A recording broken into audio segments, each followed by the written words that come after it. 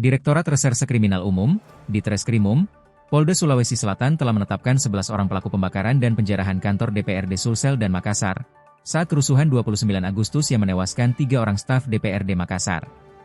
Identitas para tersangka yakni, M alias N, 36, Wira Swasta, Mas, 20, Cleaning Service, AS, 18, GSL, 18, MS, 23, Juru Parkir, SM, 22, Mahasiswa, Rian, 19, Buruh Harian, MAA, 22, Petugas Kebersihan, MIS, 17, Pelajar, R, 21, dan ZM, 22. Didik menyebutkan bahwa dari belasan orang yang ditetapkan sebagai tersangka dalam kasus kerusuhan dan penjarahan tersebut, hanya 1 orang yang berstatus mahasiswa.